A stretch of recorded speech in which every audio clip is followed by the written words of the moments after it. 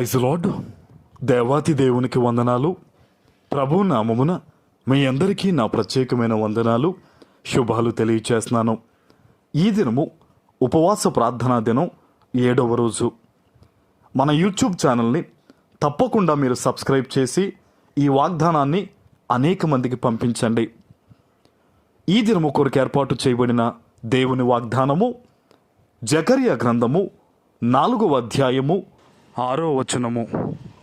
శక్తి చేతనైనను బలము చేతనైనను కాక నా ఆత్మ చేతనే ఇది జరుగునని సైన్యములకు అధిపతియగు యెహోవా సెలవిచ్చెను.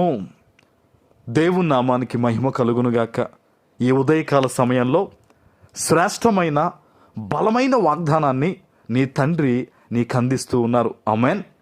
ఆయన అంటూ ఉన్నారు, శక్తి చేతనైనను బలము చేతనైనను కాక నా ఆత్మ చేతనే ఇది జరుగుతుందంటూ ఉన్నారు ఆయన. చాలామంది బిడ్డలు వారి యొక్క బలాన్ని నమ్ముకుంటూ, వారి యొక్క కష్టాన్ని నమ్ముకుంటూ, వారి యొక్క ధనాన్ని నమ్ముకుంటూ అనేక రకాలుగా వెనకంజు వేస్తూ పడిపోతూ ఉన్నారు. నువ్వు ఎప్పుడైనా గుర్తుపెట్టుకో, మనకు సమస్తమును అనుగ్రహించేది మన దేవుడు, మన తండ్రి. నువ్వు ఎప్పుడైనా సరే నీ శక్తి మీద కాక, నీ బలము మీద కాక, దేవుని మీద ఆధారపడినప్పుడు నీ కష్టము, నీ ఇబ్బంది అది నీకు గొప్పది కావచ్చు, కానీ దేవునికి ఇసుక రేణువు కన్నా తక్కువే. ఈరోజు బహుశా నువ్వు అనుకుంటూ బాధపడుతూ ఉన్నావేమో, ఎప్పుడు నేను బయటపడతాను, ఎప్పుడు ఈ కార్యం జరుగుద్ది, ఎప్పుడు విడుదల, ఎప్పుడు స్వస్థత అని అనేక రకాలుగా నువ్వు ఆలోచన చేస్తూ నలిగిపోతూ ఉన్నావేమో.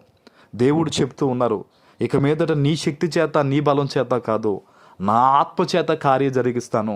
అద్భుతంగా నీ జీవితంలో ఒక గొప్ప మెలకువ, ఒక గొప్ప క్రియేషన్ అనేది నీ పట్ల చేసి నేను ఉన్నత స్థలాల మీద నిలబెడతానని ఈరోజు సర్వోన్నతుడైన నీ తండ్రి మాటిస్తూ ఉన్నారు. ఆమేన్. దేవుని సన్నిధిలో నువ్వు చేస్తున్న ప్రార్థన దేవుడు విన్నారు.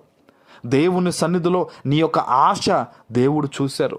నీవెంత దప్పికొని దేవుని సన్నిధిలో కన్నీరు కాడుస్తూ ఉన్నావో ఆ కన్నీరంతను కూడా ఈ దినము దేవుడు చూశారు గనక ఆయన మాటిస్తూ ఉన్నారు, నా ఆత్మ చేత ఇది జరుగునని చెప్తున్నారు ఆయన. దేవుని ఆత్మ చేత, దేవుని వాక్కు చేత అసలు జరగని పనంటూ ఈ ప్రపంచంలో ఉందా అండి? ఏదీ లేదు. సమస్తము ఆయన క్రియేషనే. మరి ఈరోజు ఈ వాగ్దానం నీ పట్ల నెరవేరాలంటే, ఈ వాగ్దాన ప్రకారం దేవుడిచ్చిన మాట నీవు రిసీవ్ చేసుకోవాలంటే నువ్వేం చేయాలంటే నీ జీవితాన్ని దేవుని వాక్యానుసారంగా కట్టుకో.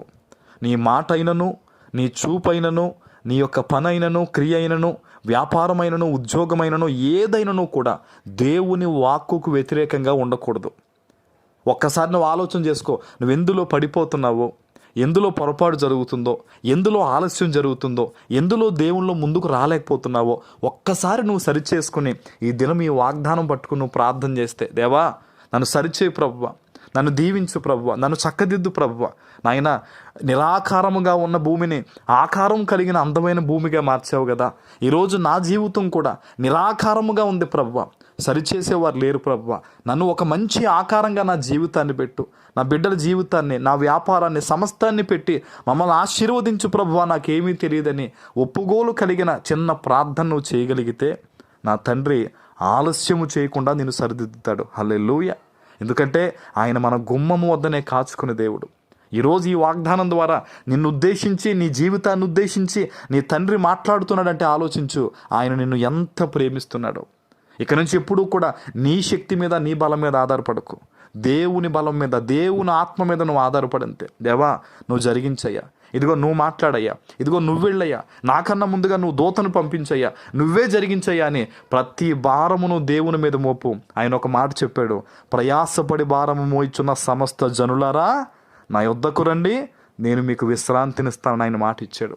ఈరోజు ఆ మాట మీ పట్ల నెరవేరునుగాక. ఆమేన్. ప్రార్థన చేసుకుందాం. పరిశుద్ధుడు అయిన మా తండ్రి, ప్రేమ కలిగిన ప్రభువా, మీకు వందనాలు. ఈ ఉదయకాల సమయంలో మీరు ఇచ్చిన ఈ వాగ్దానము ప్రతి బిడ్డ జీవితంలో నెరవేర్చి స్థిరపరచమని యేసు నామమున ప్రార్థిస్తున్నాను తండ్రి. ఆమేన్.